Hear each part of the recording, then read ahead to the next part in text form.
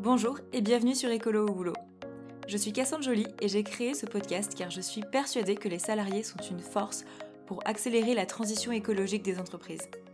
Avec ce podcast, prenez confiance en votre pouvoir et faites le plein d'idées pour agir concrètement. Alors maintenant, arrêtez de trier vos emails pour être écolo au boulot et concentrez-vous sur les actions les plus efficaces parce qu'il y a urgence à prendre soin de notre environnement. Je suis ravie de vous accueillir dans ce mouvement de professionnels qui osent faire changer les choses. Quand on est à l'aise pour le pratiquer, le télétravail, c'est super. Mais il faut le reconnaître, on est moins proche de nos collègues quand on le pratique, car on perd des moments d'échange informels. Le café du matin, la pause déjeuner ou les discussions entre deux portes de bureau. C'est un vrai enjeu de communication interne pour les entreprises, et ça l'est aussi quand on veut sensibiliser ses collègues ou lancer des projets écolos au boulot. Comment faire quand on se voit peu? Les bonnes occasions se font plus rares, le temps passe et il ne se passe rien justement. Alors si vous êtes dans cette position, pas de panique, tout n'est pas perdu. Et cet épisode va vous donner une autre vision de comment vous pouvez faire bouger les choses, même à distance. Alors aujourd'hui, je discute de ce sujet avec Océane, la fondatrice de Greenscale, car elle a une grande expérience du sujet. Elle travaille même en 100% remote, donc elle ne voit jamais en présentiel ni ses collaborateurs, ni ses clients, ni ses salariés, ni quand elle anime un groupe de travail, ni les étudiants à qui elle donne des cours en ligne. Et pourtant, ça fonctionne très bien. Donc on va donc récupérer ces bonnes pratiques à transférer dans nos entreprises et discuter des outils, des trucs et astuces pour être capable d'être connecté à ses collègues malgré le travail à distance, qu'il soit ponctuel ou permanent. Bonjour Océane, je suis très contente d'avoir cet échange avec toi parce qu'on a beaucoup d'idées et de bonnes pratiques à apporter. Bonjour Cassandre. Alors, c'est un plaisir de vous partager à tous mes bonnes pratiques. J'apprécie particulièrement le distanciel et c'est toujours un peu frustrant pour moi d'entendre des retours fréquents de personnes qui ont mal vécu le passage au Covid avec un fonctionnement qui était en télétravail, loin de ce qu'on pourrait souhaiter pour chacun dans cet état d'urgence. Et pour moi, un télétravail frustrant, c'est un télétravail qui a été mal géré ou mal managé. Donc, je vais essayer de voilà, faire passer, quelques messages, dans cet épisode.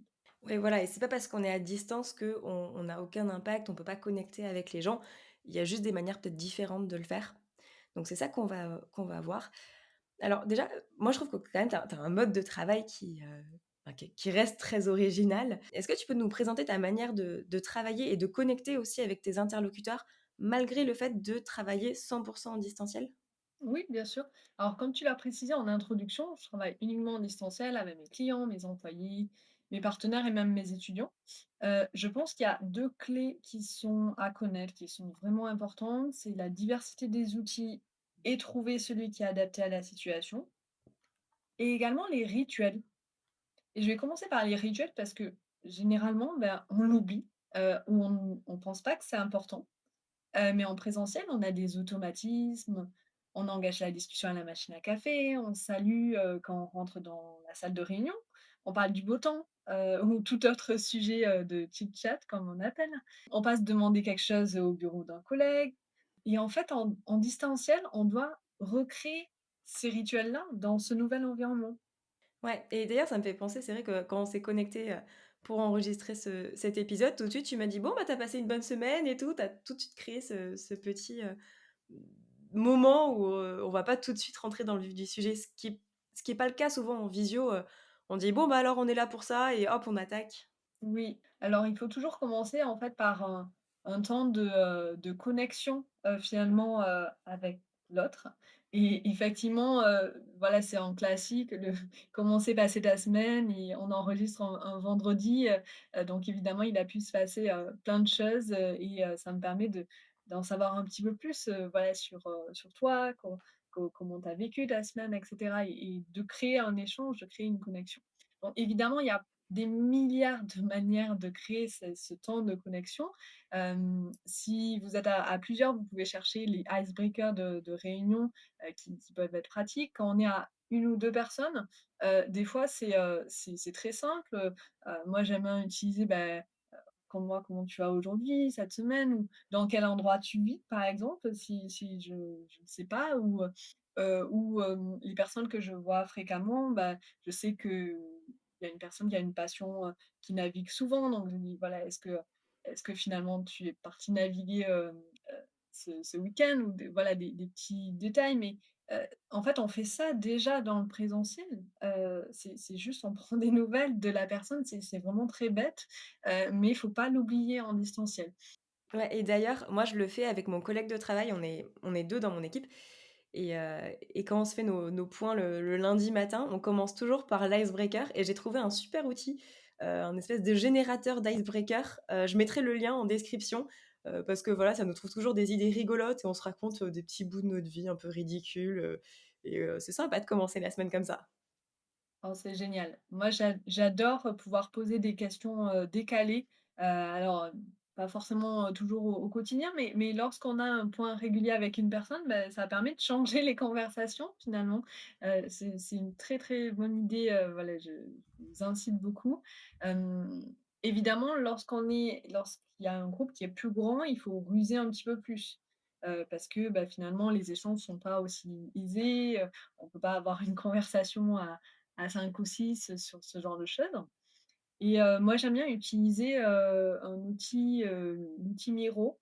C'est une sorte de tableau blanc où je viens créer dessus des templates d'animation, donc j'utilise dans plein d'occasions différentes.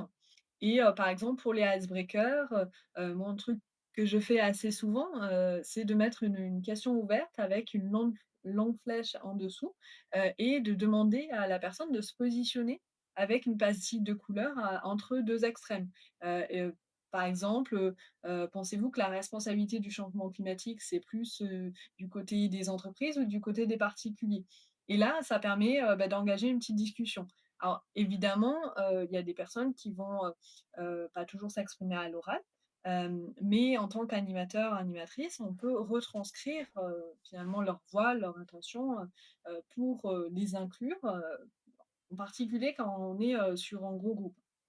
Et évidemment, cette question, c'est une question basique, mais déclinez-la, sur, les sujets qui seront traités dans la réunion, pas forcément en mode, travail, mais vraiment en mode, engager un échange, sur un sujet un peu connexe, on va dire. Mmh. Moi, ce que j'ai déjà vu aussi, quand il y a des gros groupes ou des webinaires, ça peut être,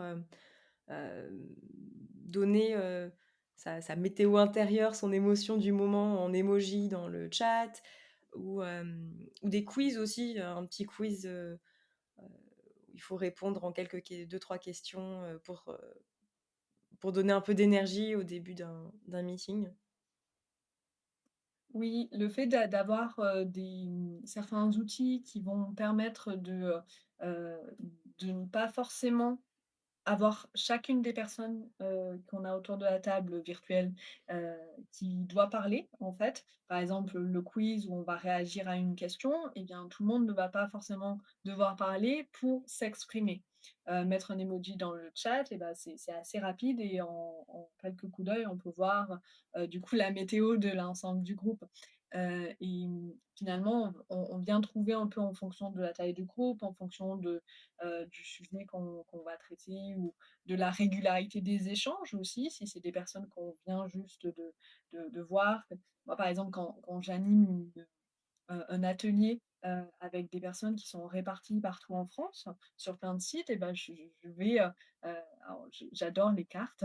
J'aime j'aime beaucoup, tout ce qui est cartes et géographie et donc je vais leur mettre une petite carte, de la France, là, en l'occurrence et ils vont pouvoir se positionner pour, voir un petit peu, où ils sont placés, en France et juste le fait d'être reconnu, d'être inclus, finalement dès le début de la réunion, et également de faire une action particulière, de par cette mini activité finalement, va les mettre dans un positionnement qui n'est pas un positionnement passif et ça, c'est vachement important.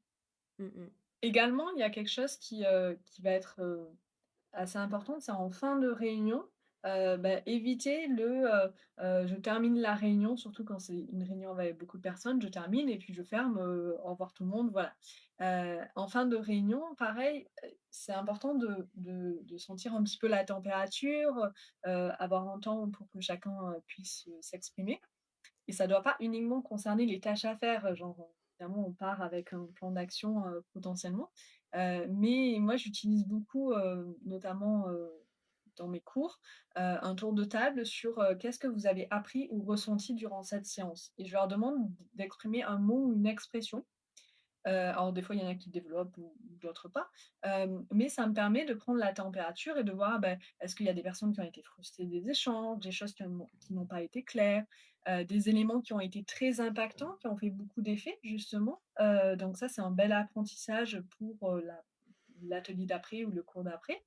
Peut-être, lorsqu'on est sur une réunion de travail, de l'anxiété qui aurait été générée, par un plan d'action un peu trop ambitieux. Donc on vient récupérer toutes ces émotions-là, toutes ces choses-là, pour ajuster, sur, le reste de l'animation, sur l'après, quoi.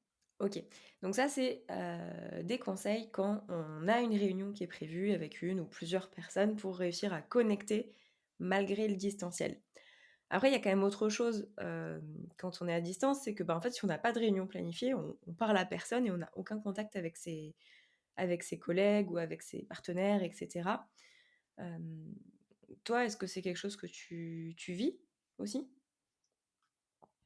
Et ça, c'est un vrai sujet, parce qu'effectivement, on se rend compte qu'en télétravail, on se voit que pendant les réunions et on ne passe pas dans le bureau d'une personne. Et c'est important de savoir comment est-ce qu'on peut faire ça en distanciel.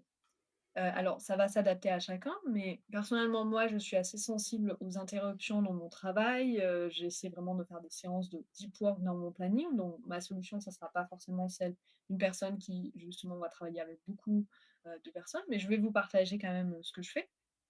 Pour, du côté externe, pour tous mes clients et partenaires, j'ai créé un calendrier, totalement ouvert, disponible dans ma signature, où ils peuvent prendre un rendez-vous à tout moment, en fonction des créneaux qui sont disponibles.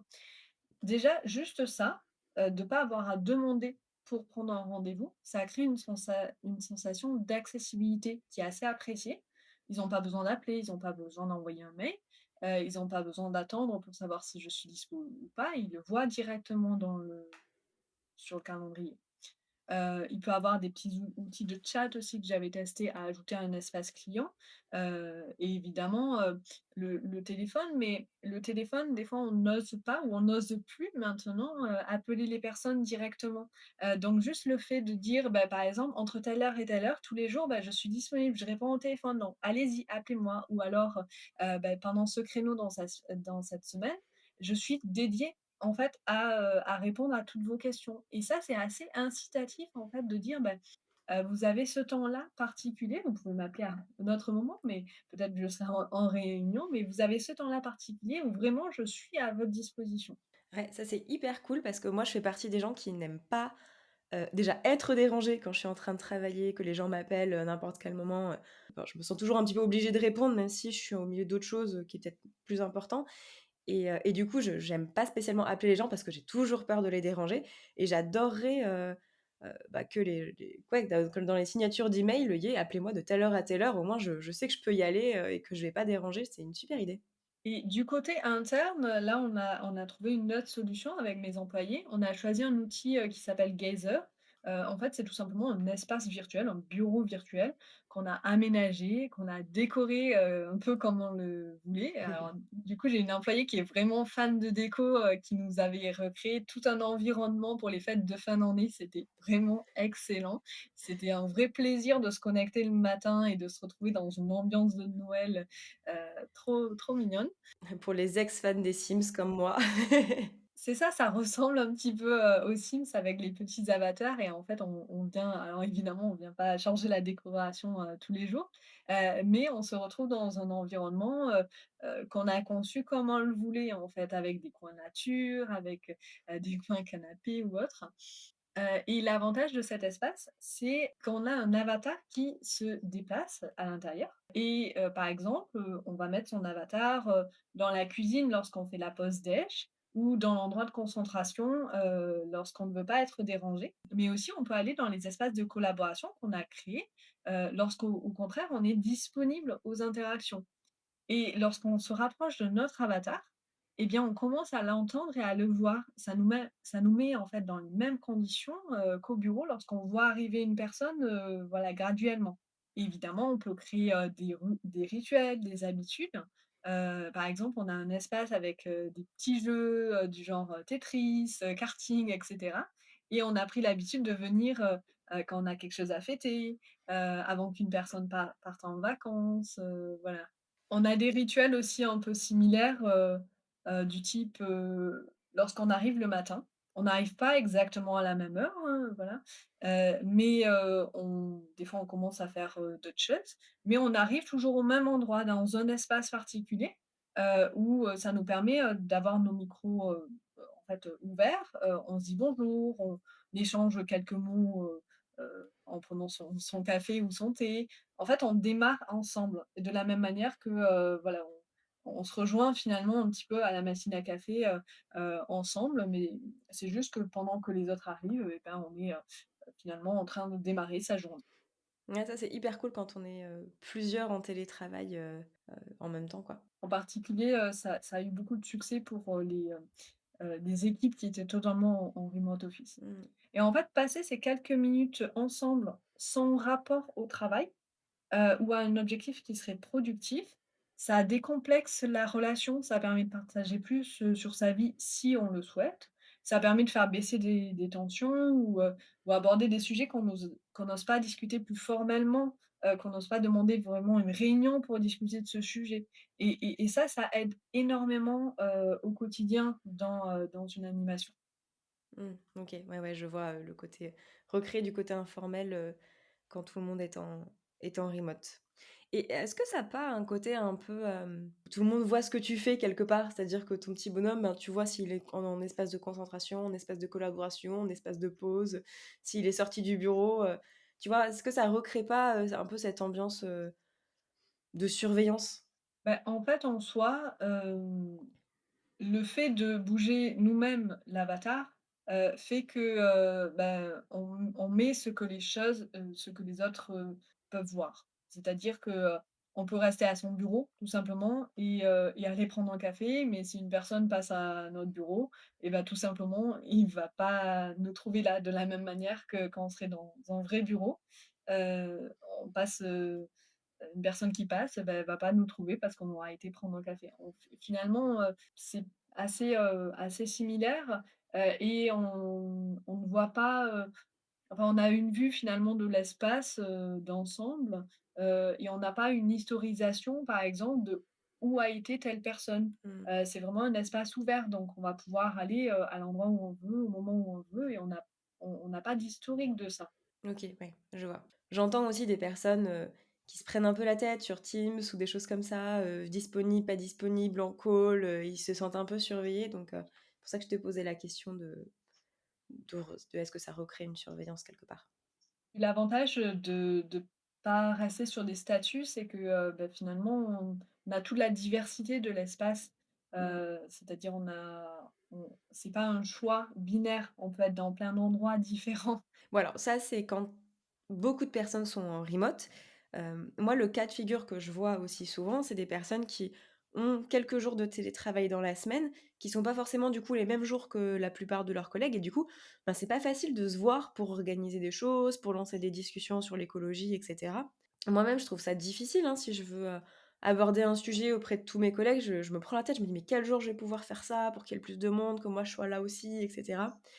Et du coup, voilà, je voulais qu'on passe un peu à cette partie de trouver un peu des idées de comment est-ce qu'on peut sensibiliser nos collègues, notamment aux enjeux écologiques, hein, initier des discussions, des projets, sans passer par les canaux traditionnels et la pause café si c'est un petit peu compliqué à trouver ces temps-là. Alors, sans passer par, les canaux classiques et la pause café, bah, je vous ai beaucoup parlé de rituels, pour le quotidien.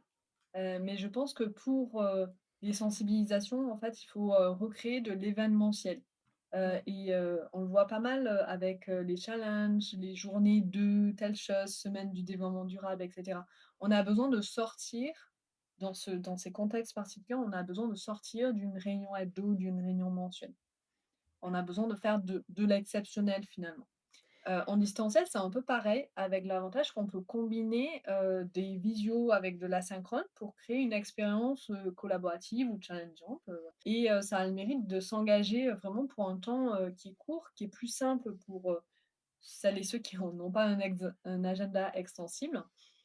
Donc ils s'engagent finalement le temps d'un challenge, le temps, d'une activité, voilà particulier qui peut, se faire, par exemple sur l'ensemble d'une semaine avec des éléments, en synchrone, des éléments en asynchrone. Ouais, et c'est vrai que, les événements aussi notamment, ils peuvent avoir ce côté, ben, il y a des parties de l'événement qui vont être en présentiel et il y a des parties de l'événement qui vont être en distanciel ou alors les 2 sont possibles et ça peut bien marcher aussi ou sur des challenges un petit peu longs sur plusieurs jours ou plusieurs semaines.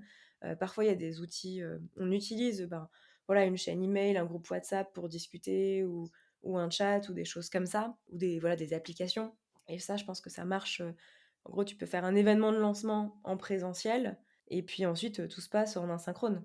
Et il peut avoir des temps finalement, différents et qui permettent de s'adapter, aux préférences de chacun et chacune. Si par exemple, il y a des personnes qui sont plus disponibles sur la pause déj pour un temps, présentiel, ou et qui par exemple ne sont pas du tout disponibles sur les temps, de bureau, vont pouvoir faire certaines actions.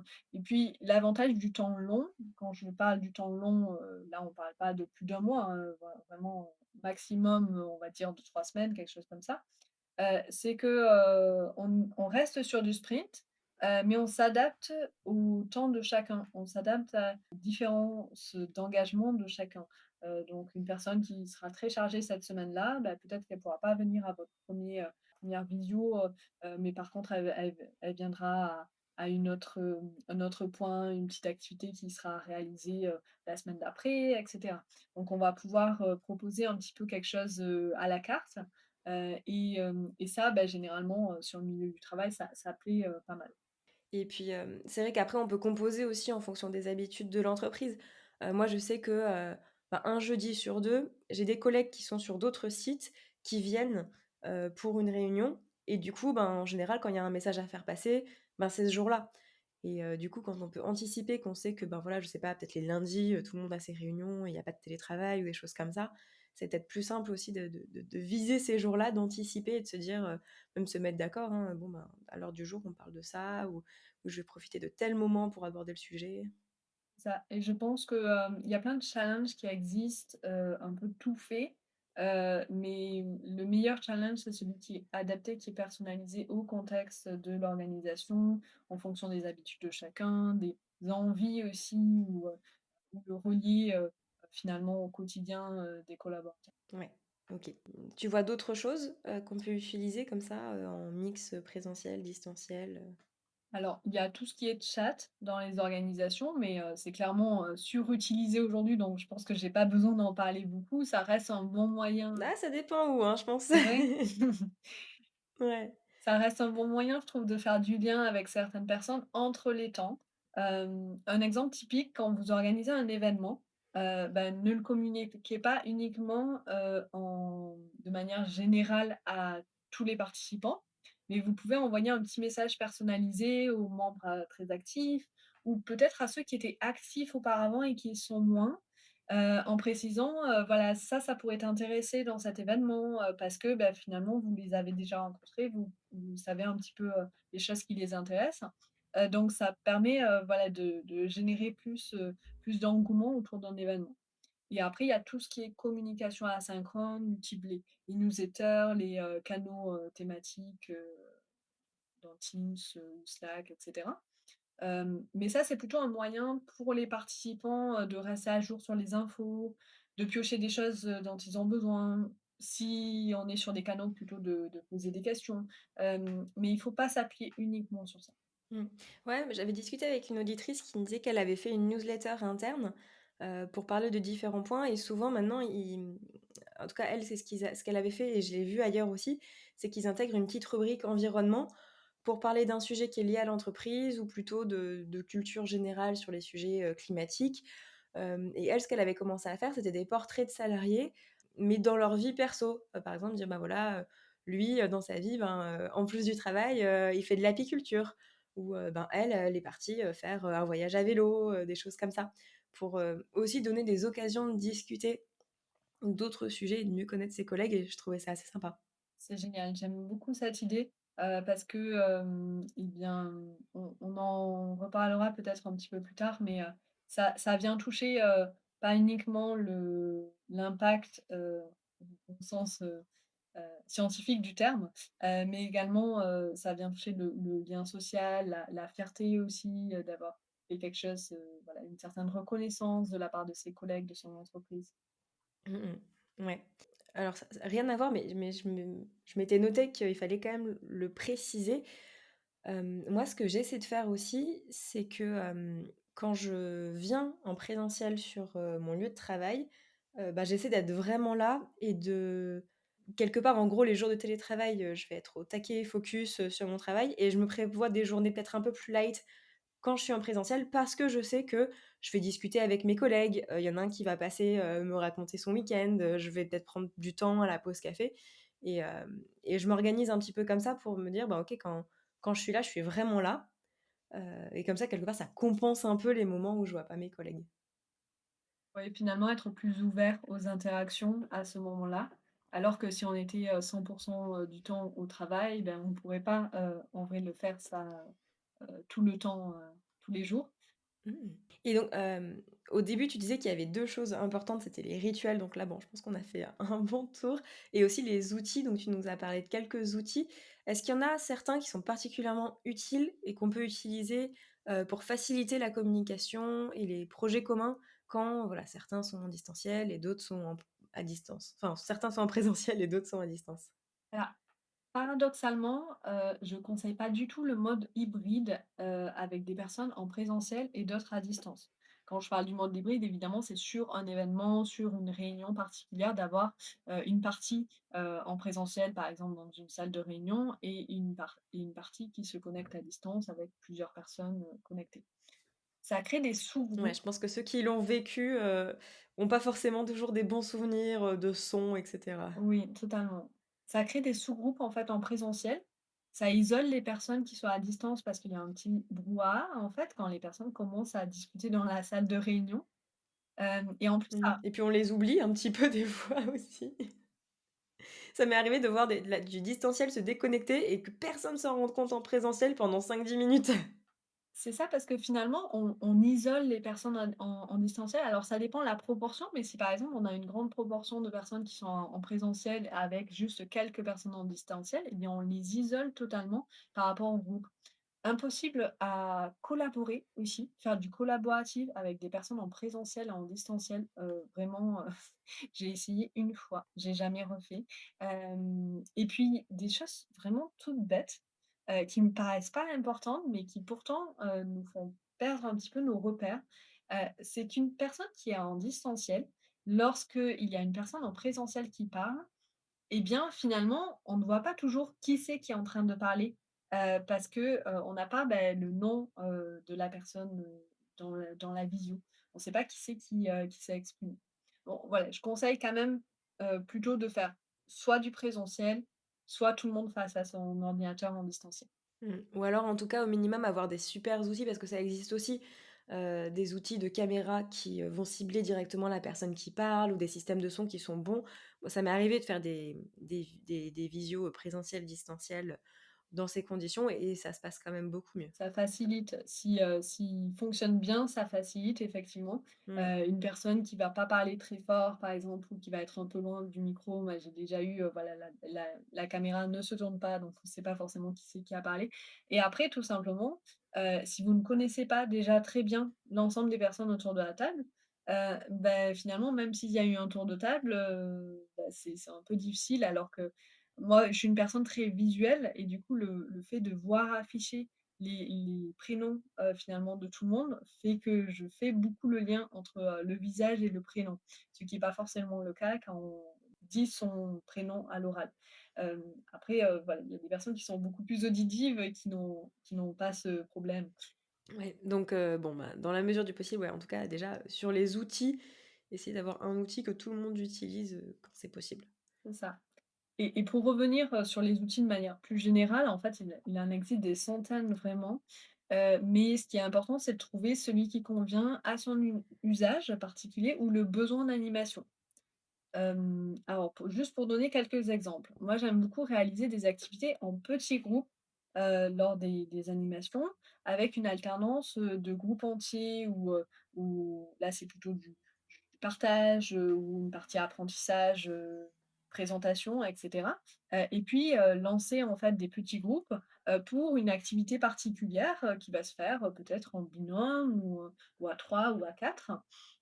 Et pour ça, les outils de visio comme Google Meet ou Zoom, permettent la séparation, dans des salles de manière automatique ou manuelle.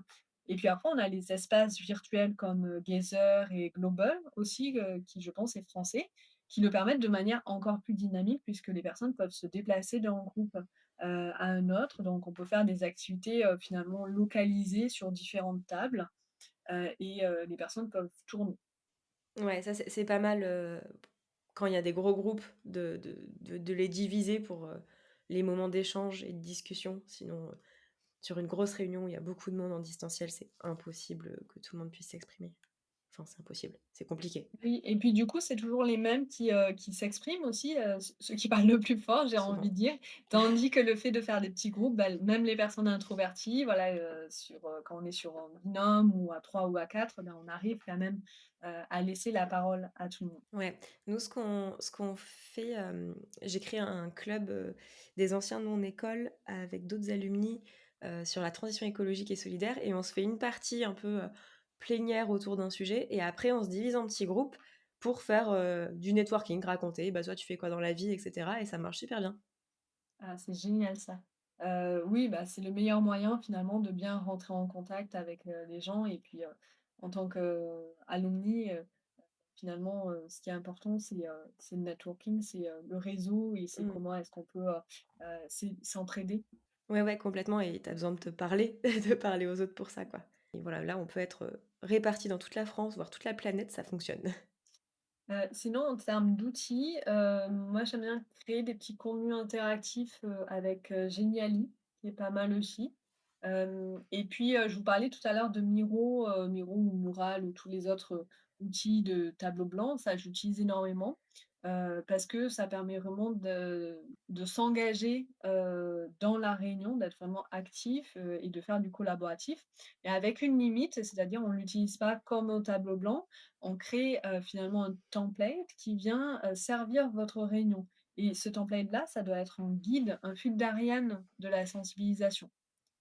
Il y a plein de modèles qui sont disponibles sur, plein de thématiques, mais moi je conseille vraiment de juste s'inspirer, regarder un petit peu, les outils, le format qui est, utilisé en fonction de l'interaction à générer, mais de créer un template qui correspond vraiment à quels sont les objectifs de cette réunion, quelles interactions vous voulez créer, quels échanges. Ouais, ouais, ça c'est chouette tous ces outils-là. Après, il y a aussi, je pense, d'autres outils qu'on n'utilise pas forcément en entreprise. Je pense notamment à tout ce qui est réseaux sociaux d'entreprise, où parfois on peut créer des groupes sur un sujet en particulier. Moi, quand j'accompagne des entreprises sur la mobilité, quand ils ont des groupes comme ça, je leur conseille de créer un groupe sur le vélo, un groupe sur le covoiturage, où toutes les personnes qui pratiquent ces modes de déplacement ou alors qui sont intéressées peuvent rejoindre les groupes pour discuter. Ben, comment tu t'es habillé aujourd'hui? Est-ce que quelqu'un a une chambre à air? Qui covoiture de tel endroit à tel endroit? Et cetera. Ça marche bien, mais ça peut marcher sur plein d'autres sujets, en fait. Quand j'étais alternante, j'en avais créé un sur le développement durable dans mon entreprise, et on se partageait des articles. Enfin, voilà, il y a plein de choses comme ça, je pense qu'on peut faire. C'est rigolo que tu abordes le sujet des, réseaux sociaux d'entreprise parce que, dans mon expérience avant Crescale, en fait, j'étais dans une entreprise où, j'ai, mis en place un réseau social d'entreprise, pour, justement favoriser la transversalité entre, parce que c'est une organisation qui est très silotée, et j'ai mis en place le réseau social d'entreprise avec tout l'accompagnement, derrière, parce que finalement il faut quand même, trouver des référents pour l'animer. Mmh. Il faut pas que ce soit une coquille vide, en fait. Il faut créer une dynamique autour. Il y avait plein de fonctionnalités très intéressantes, mais souvent, il faut faire des choix, finalement, de la même manière, dont je parlais, avec l'outil de tableau blanc, il faut pas laisser ça blanc. Il faut, vraiment, faire un template dedans et guider les personnes pour pouvoir contribuer sur, des, sujets particuliers. Ouais, il faut préparer à l'avance, même si c'est, vous organisez une visio avec des collègues motivés pour parler d'un sujet écolo au boulot, de manière informelle comme ça, le matin, pause café ou entre midi et 2. Ben, faut quand même préparer un petit peu pour que surtout si vous avez peu de temps, il y ait des échanges intéressants qui ressortent. Tout à fait. Il faut mettre les gens en position, active, en fait, aussi. Donc pas forcément être, préparer de la matière en mode, conférence, mais préparer plutôt, un guide qui va permettre de, générer des interactions, en fait et un cadre où les personnes vont se sentir à l'aise pour générer, pour, interagir entre elles. Mmh mh. Ouais, carrément. Et alors, il y a un autre outil qui n'est pas informatique auquel je pense, mais que j'aime bien, comment dire? J'aime bien les utiliser. C'est tout ce qui est, team building et séminaire. Parce que ça, en général, même les entreprises qui font beaucoup de distanciel, elles organisent, une fois par trimestre ou au moins une fois par an, des moments, un peu plus, informels avec les salariés, des moments de rencontre et d'échange. Parfois, il y a des sessions de travail, parfois, il y en a pas du tout et je trouve que c'est des bons moments, déjà pour mieux connaître ses collègues, pour mieux connaître leur centre d'intérêt, pouvoir discuter facilement de sujets qui sont pas en lien avec le travail, mais du coup qui peuvent être en lien avec l'écologie. Hem, ouais, voilà, moi j'aime bien hacker, le séminaire de l'entreprise pour proposer une fresque ou quelque chose comme ça. Je me dis: «C'est le bon moment» ou un buffet, végétarien ou essayer de tester des trucs un petit peu à ces moments-là et moi ce que je conseille quand on a une discussion avec un collègue sur un sujet, écolo, c'est, de battre le fer ensuite, dès qu'il est chaud. C'est-à-dire que pas attendre, de se recroiser dans 3 mois, mais, le lendemain, lui envoyer, un email, une invitation pour, discuter plus en profondeur du sujet, lui envoyer un article ou un podcast du sujet dont vous avez parlé et cetera, pour créer de la continuité. En gros, il y a l'événement et puis il y a le après. C'est un super conseil ça, vraiment de rebondir sur les événements, sur les challenges et de profiter de temps où justement tout le monde est réuni, pour créer une dynamique qu'après on peut continuer à exploiter en essentiel. Mmh mh. Bon et peut-être une dernière question que je me pose, c'est malgré tout, est-ce que c'est pas plus compliqué de rester motivé, engagé dans des initiatives écologiques quand on n'est pas en présentiel, notamment dans l'entreprise, quand on est peu souvent sur le terrain quelque part? Est-ce que, je sais pas pour toi, si tu trouves pas que ça peut être plus difficile, ben, de se motiver, d'être connecté aux enjeux? Je pense qu'il est difficile de rester engagé dans une initiative où on ne trouve pas son compte. Je m'explique, l'engagement dans tout projet, d'une personne répond à des besoins. Soit c'est des besoins très personnels, par exemple, je veux me former à un sujet, je veux avoir un lien social avec des personnes sympas, je veux me sentir important, reconnu ou alors peut-être des besoins moins personnels. Je veux faire avancer ce sujet, j'ai envie de changer telle chose dans mon organisation, je veux rendre fière ma famille. Enfin, ça on va avoir, plein de besoins, qui vont être propres à chaque personne. Alors évidemment, quand on s'engage dans une initiative écologique, on le fait pour l'environnement en premier.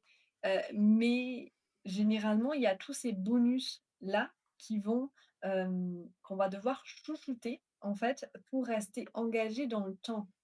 Mmh. Ouais, il y a toujours une motivation interne et externe quelque part. La motivation externe, ça va être, bah oui, bien sûr, je veux prendre soin de la planète, de l'environnement, mais on a toujours une motivation interne à l'intérieur. Enfin, ça peut être, je veux créer un projet collectif avec des collègues parce que j'aime bien les projets collectifs. Ça peut être pour apprendre de nouvelles choses. Enfin, comme tu l'as dit, il y a ces bonus-là et en fait, il y a les deux à prendre en compte. Tout à fait. Des fois, on peut avoir une approche un petit peu trop, scientifique et oublier que les gens, ne sont pas là, sans condition, d'une certaine manière. C'est vrai. Et en tant qu'animateur ou animatrice d'une démarche, il faut toujours apprendre à reconnaître pourquoi la personne, elle est là aujourd'hui et qu'est-ce qui la ferait rester ou qu'elle soit active dans le long terme. Et ça, bah, on peut s'en saisir dans des échanges informels, du présentiel évidemment plus facilement, mais on a vu un petit peu comment aller les chercher, aller avoir ces échanges informels dans le distanciel. Et ça, c'est pas voudrais débunker juste quelque chose, c'est pas un moyen de manipulation, c'est, en fait, un moyen de comprendre comment, cette initiative, cette démarche pourra servir aussi, la personne, et la rendra, aussi satisfaite finalement, d'elle-même, de la démarche, hem et ça pour moi, ça génère du positif. Ouais, ouais, tout à fait. De toute façon, les gens, on peut pas les forcer, surtout sur des initiatives écolo au boulot, qui font pas partie de leur fiche de poste, il faut aller chercher leur motivation personnelle. Tout à fait et j'ai envie de dire aussi, si vous êtes dans ce cas-là, si vous vous engagez dans une démarche, n'hésitez pas à dire tout haut aussi pourquoi est-ce que, qu'est-ce que vous recherchez dans cette Mmh. démarche-là? À l'exprimer auprès de la personne qui anime, à dire: «Moi, par exemple, je m'engage parce que, j'ai vraiment envie, de faire bouger telle chose avec, mes managers».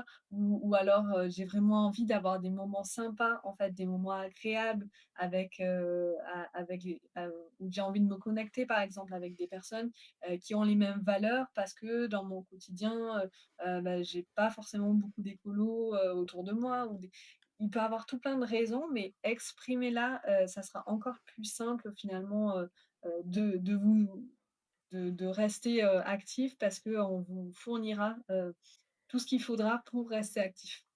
Mmh. Ouais, complètement et ça me faisait penser même, quand il y a pas un animateur et cetera, juste, parler de ce qu'on fait, de ce qui nous intéresse, de ce qui nous préoccupe, de ce qu'on lit, de ce qu'on apprend, de ce qu'on expérimente, c'est toujours très riche et en fait, c'est ça qui permet aussi parfois de créer des projets. En fait, c'est juste, j'ai raconté que j'avais un composteur à la maison et du coup, on s'est dit: «Ben, tiens, si on mettait un composteur au travail?» Enfin, tu vois, il y a des choses comme ça, dans l'informel, en fait, quand on veut quand l'informel est peu présent, il faut aller chercher, des moyens d'attirer, la conversation, vers les sujets, qu'on veut faire, avancer. Ça fait faites passer des messages. C'est ça. Bon alors avant qu'on termine, est-ce qu'il y a d'autres, trucs et astuces que tu as envie de partager? Je pense que, qu'on a fait un peu le tour, en tout cas des choses les plus fréquentes, que j'utilisais. J'ai essayé de vous partager un peu les choses qui pour moi sont importantes, voilà le fait, les rituels, choisir le bon outil adapté, préparer le terrain, comprendre le besoin, hem, jouer entre présentiel et distanciel, heu faire des temps longs, des temps courts, voilà. Toutes ces choses-là, pour moi, évidemment, piochez, ceux qui vous intéressent le plus, ceux qui vous semblent le plus adaptés en fonction, de la culture d'entreprise aussi, de la culture de votre organisation. Hem et puis bon courage quand même parce que, c'est pas toujours facile de démarrer, de mettre ça en place, mais après, en fait, il y a plein d'automatismes qui se créent et on n'y pense même plus. Donc vraiment, je vous le dis, ça fait 5 ans, que, je travaille presque uniquement, en ligne, et 3 ans, uniquement en ligne. Et maintenant, aujourd'hui, je n'ai plus besoin de réfléchir à mettre en place ces choses-là parce que ça en devient automatique. Ouais, c'est un effort au départ, mais après, ça simplifie les choses. Et ben, trop bien, c'était très chouette, d'échanger sur nos expériences de motivation et d'animation, même à distance. J'espère que ça vous a inspiré et que vous pourrez piocher en effet les conseils, qui vous seront le plus utiles. Merci Océane. C'est Cassandre. Merci encore d'avoir écouté cet épisode jusqu'au bout. Et si vous cherchez d'autres idées, je vous conseille mon livre Écolo au boulot, 60 éco-défis pour agir. Publié aux éditions Jouvence et disponible chez vos libraires. Maintenant, à vous de jouer. Ciao!